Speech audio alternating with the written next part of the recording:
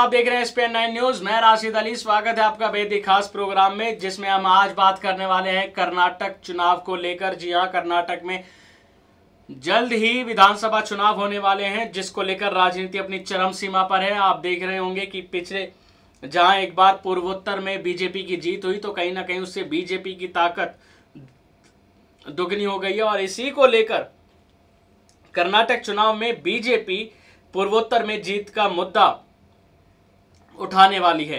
लेकिन उस बात को भी कोई नहीं भूल सकता कि कर्नाटक में पिछले दिनों राहुल गांधी और पीएम मोदी दोनों ही अपने कर्नाटक दौरे पर थे, अमित शाह भी दौरे पर थे।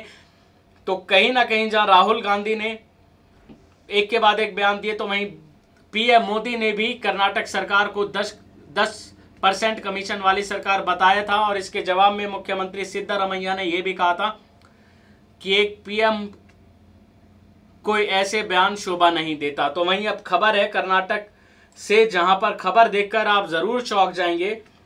अब वहां पर टिकट लेने के लिए नेताओं की लाइन नहीं, बल्कि साधु संतों की लाइन लगी हुई है। जी हां, मैं आपको दिखाना चाहूंगा कि कर्नाटक चुनाव सीधा टिकट के लिए नेताओं की परिक्रमा में जुटे हैं। वहां पर साधु संत, आखिर ऐसा क्यों है? साधु संत तो मंदिरों में लाइन लगती है, तो वहां टिकट बंटवारे की क्या नया चलन चल गया है?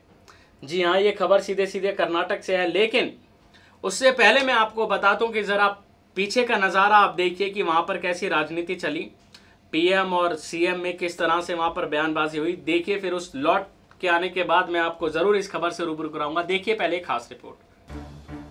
कर्नाटक विधानसभा चुनाव को देखते हुए कांग्रेस हो या फिर बीजेपी, दोनों ही दल एक दूसरे पर जमकर निशाना साध रहे हैं। यही नहीं, बयानों का पलटवार करने में कोई भी देर नहीं बरत रहा है।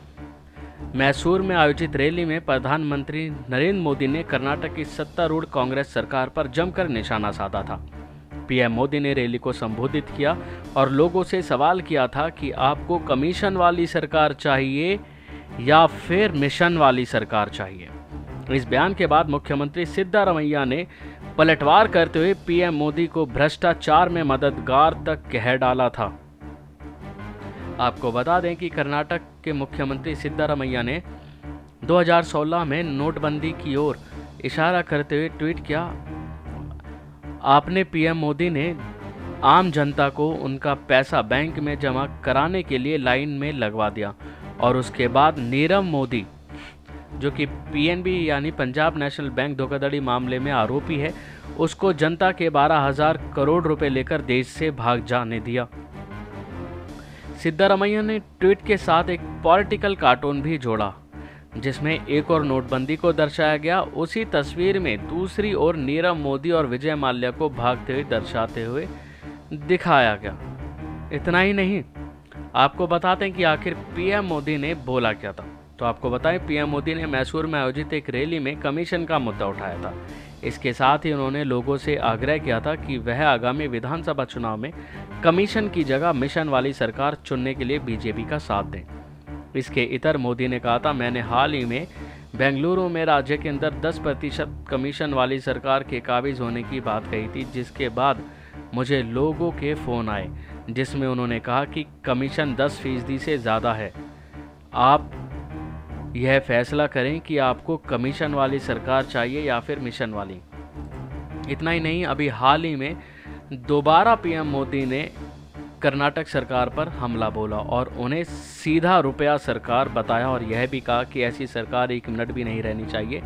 पीएम मोदी ने यहाँ एक भाजपा किसान रैली में कहा, यह अब साफ हो गया है कि कर्नाटक सरकार जाएगी। उन्होंने कहा कि सिद्धारमैया सरकार के खिलाफ जनता में काफ़ी नाराज़गी है।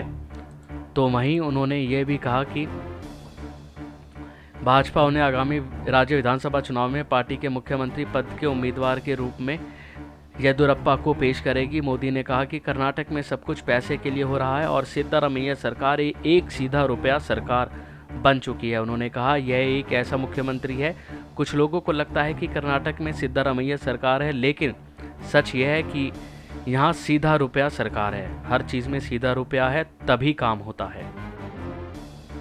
तो देखा आपने कि किस तरह से पीएम और सीएम में वहां पर बयानबाजी चली और किस तरह से आरोप प्रत्यारोप चले। तो वहीं अब खबर रुक करते हैं इस खबर की ओर।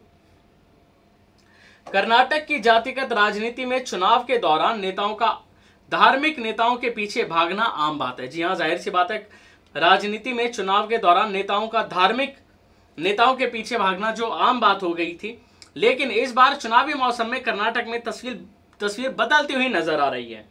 यहाँ कई धार्मिक नेता ही टिकट के लिए नेताओं के पीछे भाग रहे हैं। उत्तर प्रदेश में योगी आदित्यनाथ के मुख्यमंत्री बनने के बाद संतों की महत्वाकांक्षाएं और बढ़ गई हैं। जी हाँ, जब से महंत जो योगी आदित्यनाथ है, जब से वो सीएम बने हैं, तब से बाकी साधु संतों की महत्वाकांक्षाएं और बढ़ गई हैं। कर्नाटक में अब एक पुजारी भी, अब एक नहीं बल्कि कई पुजारी भी सत्ता के सपने देखने लगे हैं। उडुपी के प्राचीन श्री कृष्ण मठ के 8 संतों में से एक लक्ष्मीवरा तीर्थ स्वामी इस कड़ी में सामने आए हैं। तीर्थ स्वामी ने पहले ही घोषणा कर दी थी कि अगर बीजेपी ने उन्हें उडुपी सीट से टिकट नहीं दिया तो वे निर्दलीय उम्मीदवार के तौर पर चुनाव लड़ेंगे। हालांकि उडुपी के पूर्व बीजेपी विधायक रघुपति भट्ट उनके उम्मीदवार का विरोध कर रहे हैं। जी हाँ, एक तरफ जो कि साधु संत हैं वो अपनी महत्वाकांक्षा को बढ़ाने के लिए कह रहे हैं कि अगर बीजेपी ने उन्हें वहां से टिकट नहीं दिया तो वह निर्दलीय खड़े हो जाएंगे, ऐसे साधु संत कह रहे हैं। तो वहीं वहां से बीजेपी के जो पूर्व विधायक है रघुपति भट्ट, उनकी उम्मीदवारी को लेकर वो विरोध कर रहे हैं। तो वहीं शिरूर मठ के लक्ष्मीवरा तीर्थ स्वामी काफी समय से विवादों में रहे हैं। उनके बारे में कहा जाता है कि वो एक तपस्वी का जीवन नहीं जी रहे। उडुपी मठ के बाकी संतों ने लक्ष्मीवरा तीर्थ स्वामी के फैसले को लेकर हैरानी जताई है। आपत्ति जताने वाले संतों में एल.के. आडवाणी और उमा भारती के आध्यात्मिक गुरु विशेष स्वामी तीर्थ भी शामिल है, लेकिन लक्ष्मीवरा तीर्थ स्वामी ने अपने फैसले को सही ठहराया है। को बता दें, चुनावों में संत क्यों नहीं लड़ सकते? हम लोगों पर कोई पाबंदी नहीं है। उनका कहना है कि चुनावों में संत आखिर क्यों नहीं लड़ सकते? हम लोगों पर कोई पाबंदी नहीं है, हम लोगों की बेहतर तरीके से सेवा कर सकते हैं। बीजेपी बेंगलुरु और बीजेपी में दिल्ली में अच्छा कर रही है, लेकिन उडुपी में बीजेपी ने अच्छा नहीं किया। अगर वह मुझे टिकट देते हैं तो मैं बीजेपी की टिकट पर चुनाव लड़ूंगा। अगर वह ऐसा नहीं करते तो मैं एक निर्दलीय उम्मीदवार के रूप में यहां से चुनाव लड़ूंगा। उडुपी के मौजूदा विधायक और खेल और युवा मामलों के मंत्री प्रमोद माधव राज ने भी संत के इस फैसले पर हैरानी जताई है। जी हां, उडुपी से 70 किलोमीटर दक्षिण में एक और संत ने बीजेपी से टिकट लेने की ताल ठोकी है।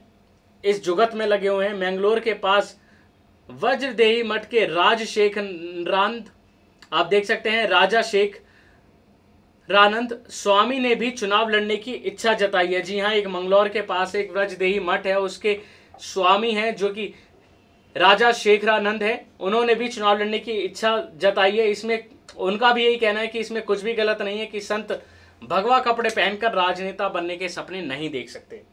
राजनीति में आने की इच्छा सिर्फ ब्राह्मण संत ही नहीं दिखा रहे हैं, बल्कि दलित भी अपनी किस्मत आजमाना चाहते हैं।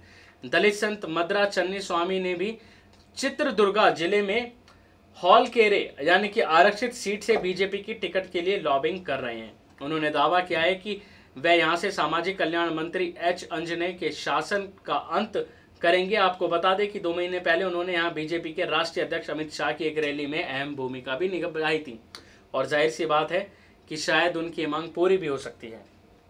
तो वहीं आपको बता दें, इतना ही नहीं, लिंगायत समुदाय के बासवदा स्वामी धारवाड़ जिले से बीजेपी के टिकट पर चुनाव लड़ना चाहते हैं। सिर्फ बीजेपी के टिकट पर ही नहीं, बल्कि कुछ संत दूसरी पार्टी के लिए भी चुनाव लड़ना चाहते हैं।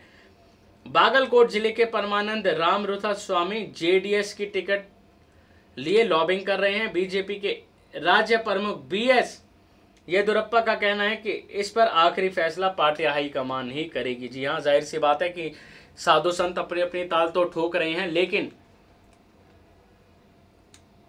ताल ठोक रहे हैं तो वहीं कोई भी पार्टी हो, जहां हालांकि ज्यादातर साधु संत बीजेपी से टिकट लेना चाह रहे हैं, तो वहीं अब इस पर आला कमान क्या फैसला करती है। जाहिर सी बात है, अगर आला कमान जो भी फैसला करेगी वही चाहेगी कि कौन से साधु संत को टिकट देना चाहिए और कौन से साधु संत को नहीं, क्योंकि हर साधु संत योगी आदित्यनाथ नहीं होता।